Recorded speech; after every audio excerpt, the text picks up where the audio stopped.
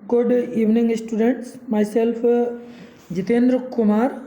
मेरा नाम जितेंद्र कुमार है और आप लोग देख रहे हैं इंस्पायर एक्सीलेंस इंस्टीट्यूट। आज हमारा जो टॉपिक है वो यांत्रिकी का भाग फर्स्ट यानी पार्ट फर्स्ट है, जिसमें हम गति और विरामावस्था के बारे में पढ़ेंगे। मैं शुरू करूं उसके पहले आप सभी से निवेदन करना चाहता हूं कि आप हमारे चैनल इंस्पायर एक्सीलेंस इंस्टीट्यूट को अधिक से अधिक सब्सक्राइब करें, वीडियो को अधिक से अधिक शेयर करें और लाइक करें। ठीक है, तो चलिए शुरू करते हैं।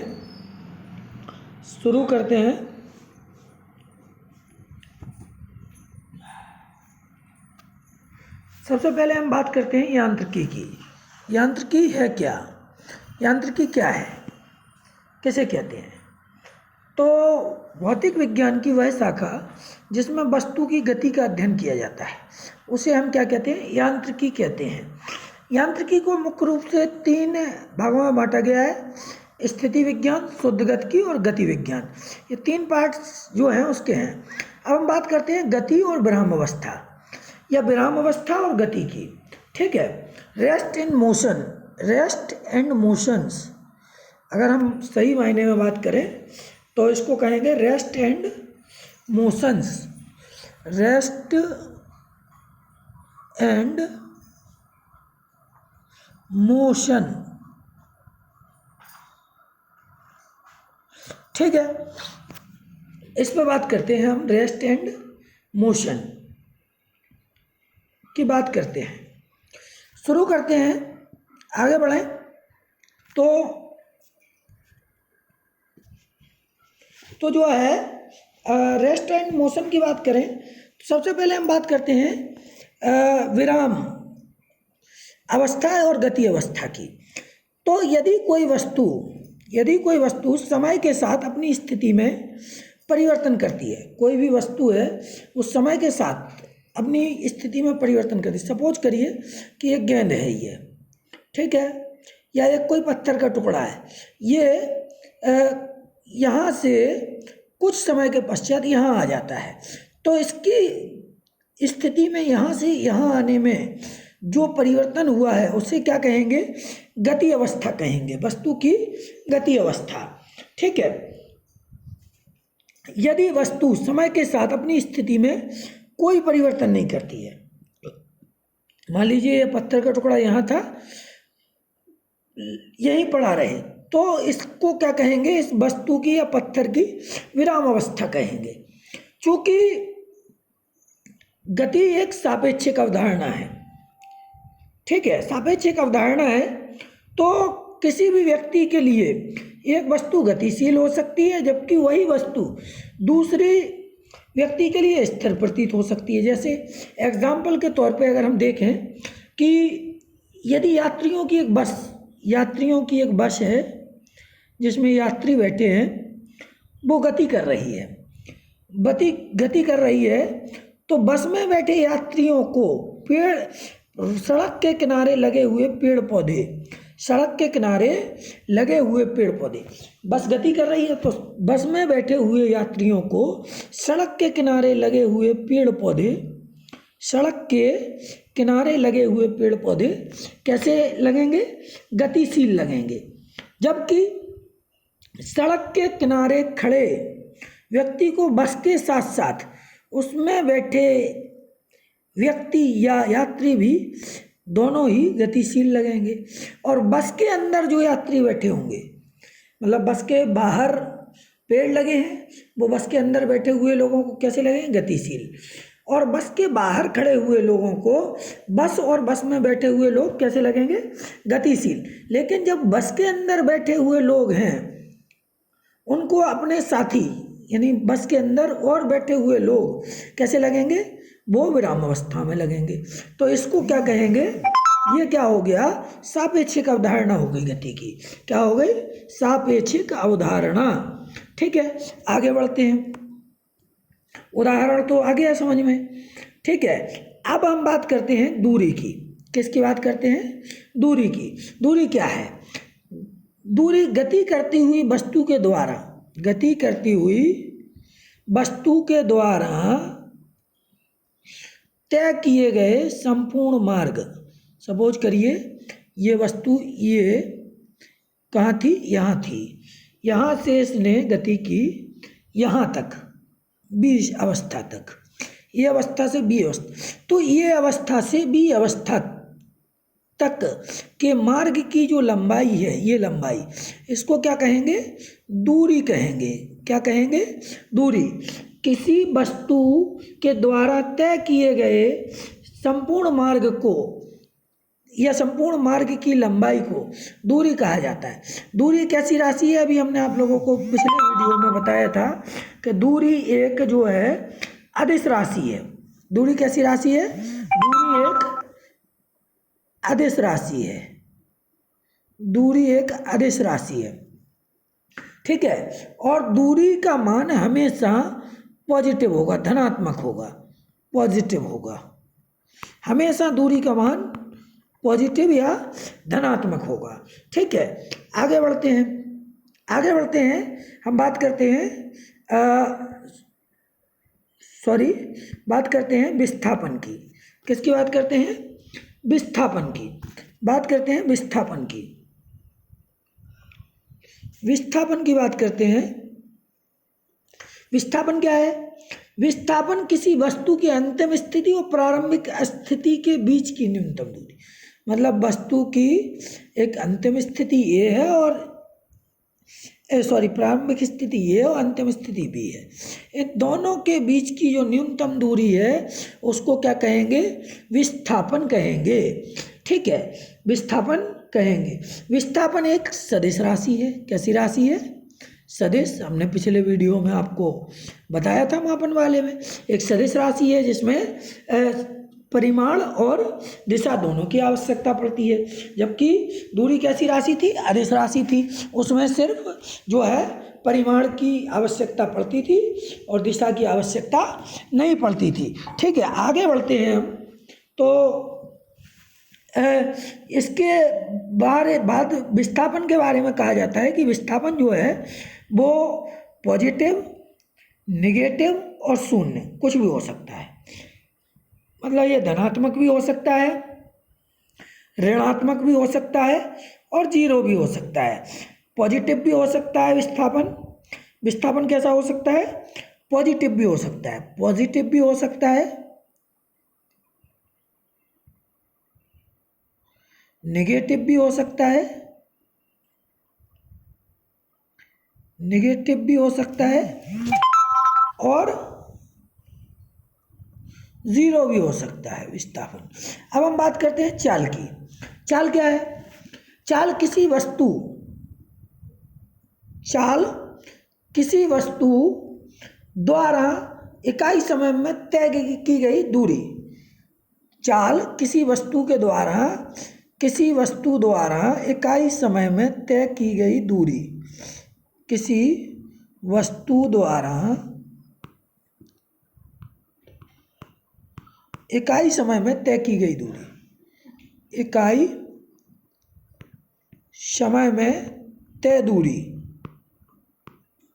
में तय की गई दूरी, तय की गई दूरी को, की गई दूरी के मान को क्या कहते हैं, दूरी के मान को उस वस्तु की चाल कहते हैं।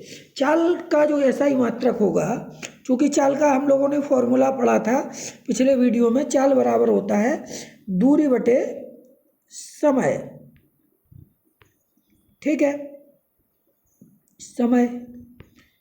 अब हमने देखा था कि दूरी का मात्रक जो होता है वो मीटर होता है और समय का मात्रक जो होता है वो सेकंड।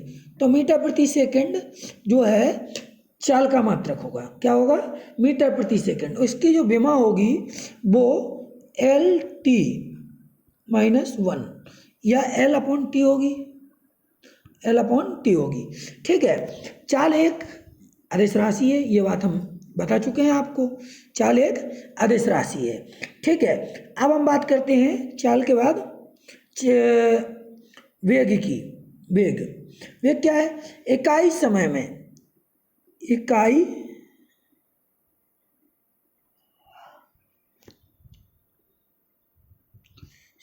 समय में, इकाई समय में किसी वस्तु द्वारा तय किया गया विस्थापन, किसी वस्तु द्वारा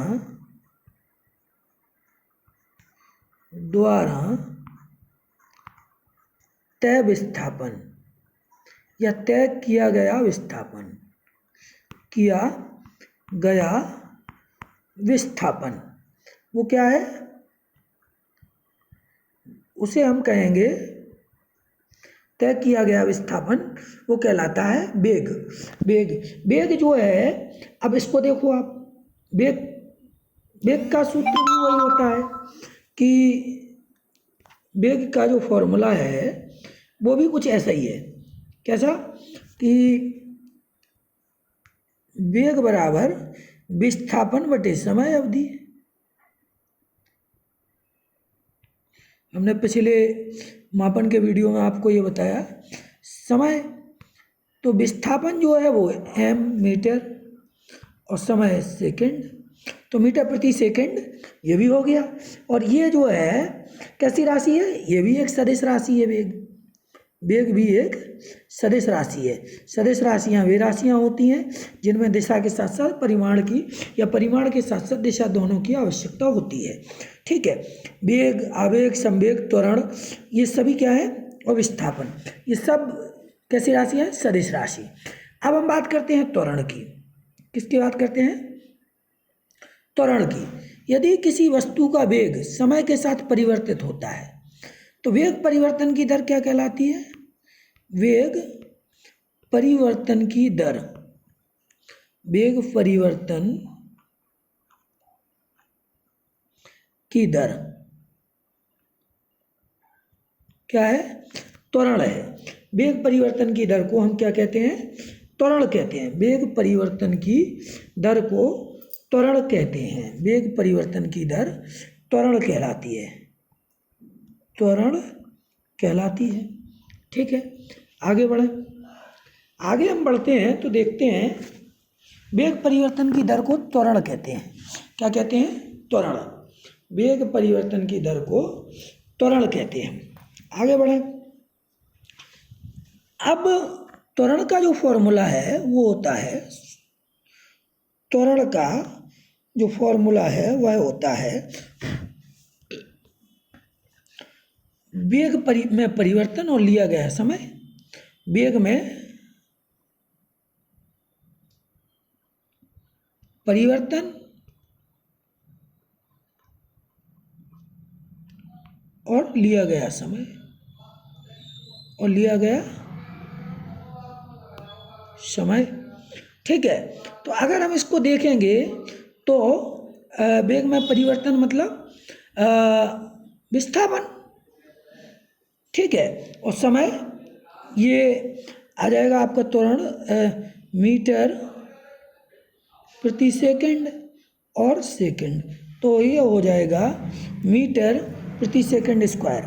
क्या हो जाएगा? त्वरण का मात्रक मीटर प्रति सेकंड स्क्वायर। और ये भी जो है त्वरण भी एक सदिश राशि है। कैसी राशि है? सदिश राशि। इसका मान हमेशा ही, सदिश राशि है तो इसका मान हमेशा ही नेगेटिव रहता है। कैसा रहता है? नेगेटिव। त्वरण का मान हमेशा नेगेटिव रहता है। ठीक है, अब हम बात करते हैं, त्वरण हो गया भाई।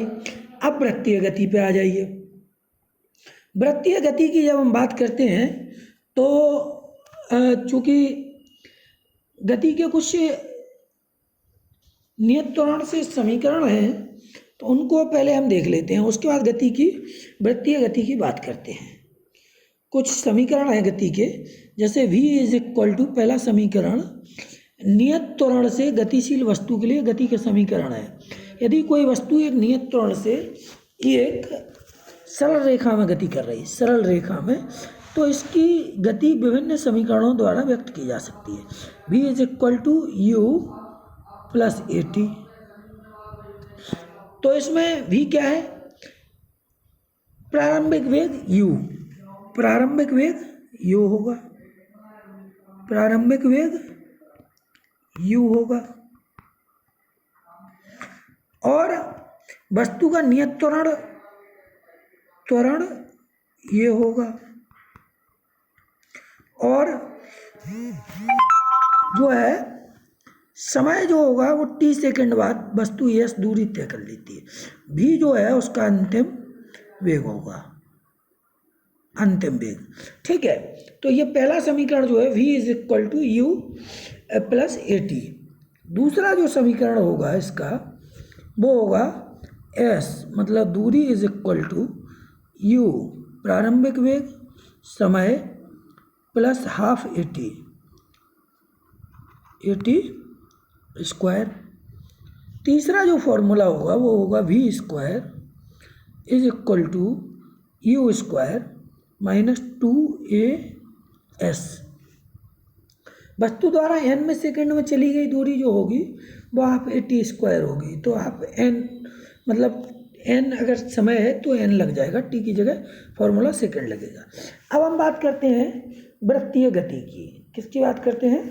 वृत्तीय गति की। जब हम वृत्तीय गति की बात करते हैं तो कोई वस्तु किसी वृत्ताकार पथ पर जब गति करती है तो इसे वस्तु की वृत्तीय गति कहते हैं। जब कोई वस्तु किसी वृत्ताकार पथ पर गति करती है तो उसे उस वस्तु की वृत्तीय गति कहा जाता है। वृत्तीय गति जो है एक समान वृत्तीय गति की अभी हम बात कर रहे हैं, एक समान वृत्तीय गति की बात कर रहे हैं।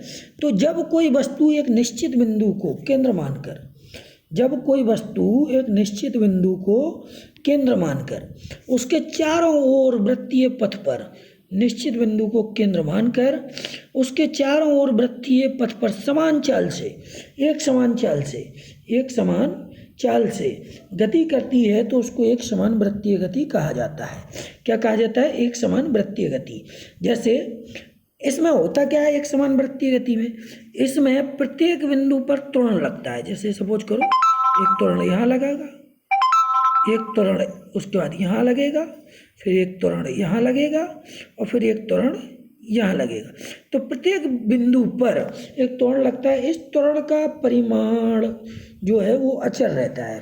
त्वरण का परिमाण अचर रहता है। कैसा रहता है? अचर। ठीक है, और दिशा लगातार बदलती रहती है। दिशा जो है वो लगातार बदलती रहती है। परिमाण अचर रहता है, दिशा लगातार चेंजेबल होती है, चेंज होती रहती है, दिशा लगातार बदलती रहती है। क्योंकि इस त्वरण की दिशा हमेशा केंद्र बिंदु की ओर रहती है, इसलिए इसे अभिकेंद्र त्वरण भी कहते हैं। इसलिए इसे, चूँकि इसकी दिशा हमेशा केंद्र बिंदु की तरफ रहती है तो इसलिए इसे अभिकेंद्र त्वरण भी कहते हैं। क्या कहते हैं? अभिकेंद्र त्वरण। ठीक है, अब हम बात करते हैं कोणीय विस्थापन की। किसकी बात करते हैं? कोणीय विस्थापन की। कोणीय विस्थापन क्या है? जब कोई कण किसी वृत्ताकार मार्ग पर, जब कोई कण किसी वृत्ताकार मार्ग पर गति करता है तो मान लीजिए कि वो इसकी प्रारंभिक स्थिति है, प्रारंभिक स्थिति के सापेक्ष कण जितने कोण से घूम जाता है, प्रारंभिक स्थिति के सापेक्ष जितने कोण घूम जाता है उसे कोणीय विस्थापन कहते हैं। सपोज करो कि ये प्रारंभिक स्थिति है। क्या है? प्रारंभिक स्थिति है। ये प्रारंभिक स्थिति है। सपोज करो कि ये प्रारंभिक स्थिति है, प्रारंभिक स्थिति है। और इस प्रारंभिक स्थिति से जो है जितने अंश भी कोण घूमेगा, वस्तु जितने अंश भी घूमेगी वो उसका कोणीय विस्थापन होगा। सपोज करो यहाँ से यहाँ घूमी तो ये इसका कोणीय विस्थापन का है। कोणीय विस्थापन भी एक सदिश राशि है। कैसी राशि है? सदिश राशि है। कोणीय विस्थापन एक सदिश राशि है और इसका मात्रक जो है वो रेडियन है। रेडियन जिसे हम RAD से मतलब प्रदर्शित करते हैं, इसका मात्रक है। कोणीय विस्थापन का मात्रक रेडियन है। ठीक है, और अगर हम इसकी बात करें, इसका फॉर्मूला जो होगा वो होगा delta radian is equal to वृत्तीय पथ पर दूरी जो है डेल्टा एस और आर क्या है, ये त्रिज्या होगी। ठीक है, यह इसका कोणीय विस्थापन का फॉर्मूला होगा। आगे बढ़ते हैं, अब बात करते हैं हम कोणीय वेग की। किसकी बात करते हैं? कोणीय वेग की। जब हम कोणीय वेग की बात करते हैं तो वृत्ताकार मार्ग है, गति करता हुआ एक कण है, वृत्ताकार मार्ग पर गति करता हुआ एक कण, कोणीय विस्थापन मतलब कण है, उसके कोणीय विस्थापन की परिवर्तन दर, वृत्ताकार मार्ग पर गति करते हुए किसी कण के कोणीय विस्थापन के परिवर्तन की दर, कोणीय विस्थापन के परिवर्तन की दर उसका कोणीय वेग कहलाती है। उसका कोणीय वेग सदिश राशि है, सदिश राशि है।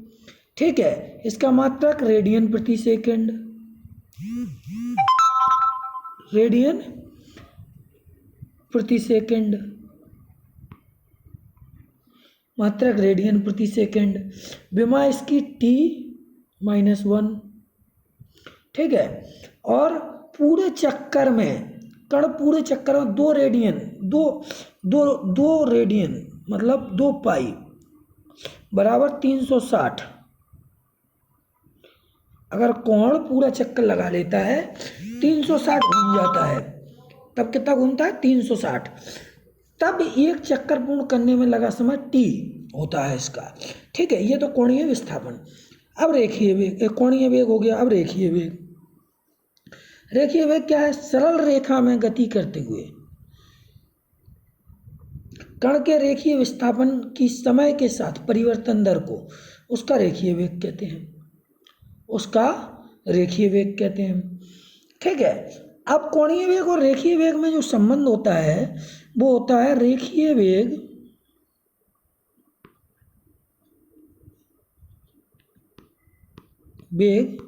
बराबर वृत्त की त्रिज्या गुणे कोणीय वेग, कोणीय वेग, ये संबंध होता है दोनों के बीच में। ठीक है, जहाँ पर कण के द्वारा 1 सेकंड में चली गई दूरी वृत्त की परिधि इंटू एन 2πr/n होती है, और कोणीय वेग होता है 2πr/n के बराबर। तो रेखीय वेग जो होगा वो v बराबर r और कोणीय वेग ओमेगा, ये होगा। ठीक है, ये इन दोनों के बीच में संबंध होगा। अब हम आगे बढ़ें तो बात करते हैं हम अभिकेंद्रीय त्वरण की। अभिकेंद्रीय त्वरण क्या है? एक समान चाल से वृत्तीय पथ पर गति करते हुए कण की दिशा लगातार बदलती रहती है। ठीक है, लगातार बदलती, उसका वेग निरंतर बदलता रहता है। जैसे कोई पथ है एक वृत्तीय, इस पर गति करते हुए कण है, उसकी जो है दिशा लगातार बदलेगी, दिशा जब लगातार बदलेगी उसका वेग भी निरंतर बदलेगा। अतः कण पर उसके वेग की दिशा के लंबवत वृत्त के केंद्र की तरफ त्वरण लगता है, जिसे अभिकेंद्रीय त्वरण कहते हैं। केंद्र की तरफ एक त्वरण लगता है जिसे अभिकेंद्रीय त्वरण कहते हैं। कण पर जो है केंद्र की तरफ एक त्वरण लगता है जिसे अभिकेंद्रीय त्वरण कहते हैं। और ये जो है त्वरण जो होता है, जैसे कोणीय वेग जो होता है, जैसे कण का त्वरण ए हो तो ए बराबर v²/r। ठीक है, चूँकि हम पहले से जानते हैं कि v = r/w होता है कोणीय वेग, तो फिर हम इसकी वैल्यू रख दें अगर, तो ये = r/w,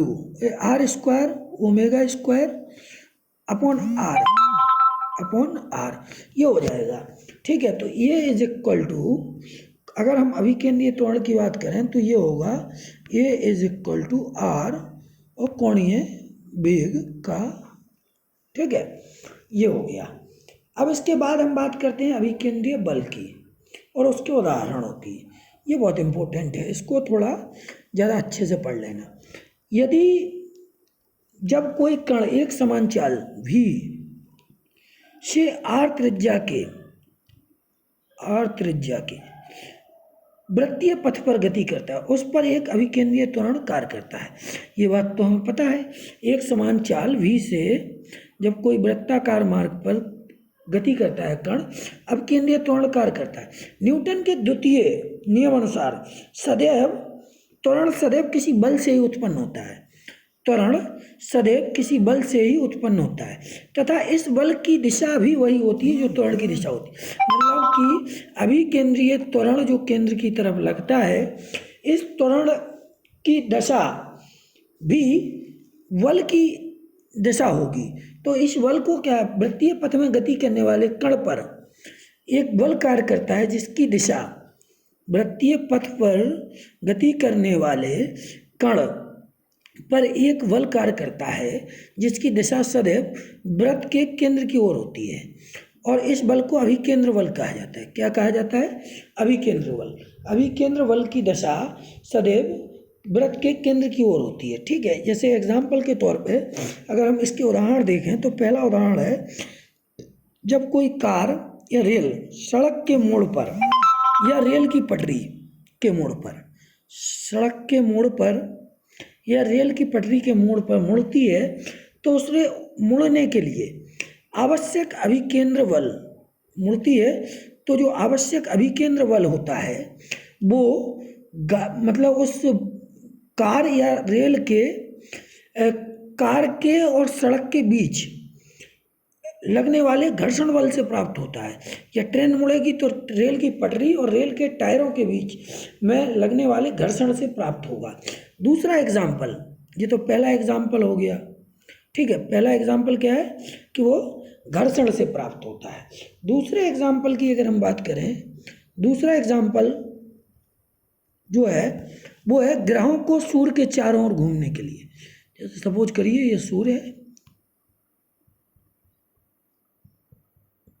इसके चारों ओर ग्रह घूमते हैं।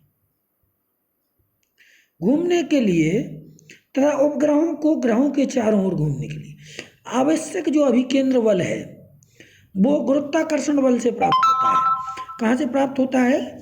वो जैसे ये घूमते हैं तो इनके चारों ओर घूमने के लिए जो बल प्राप्त होगा वो गुरुत्वाकर्षण बल से प्राप्त होगा। किससे? ग्रेविटेशनल फोर्स से प्राप्त होगा।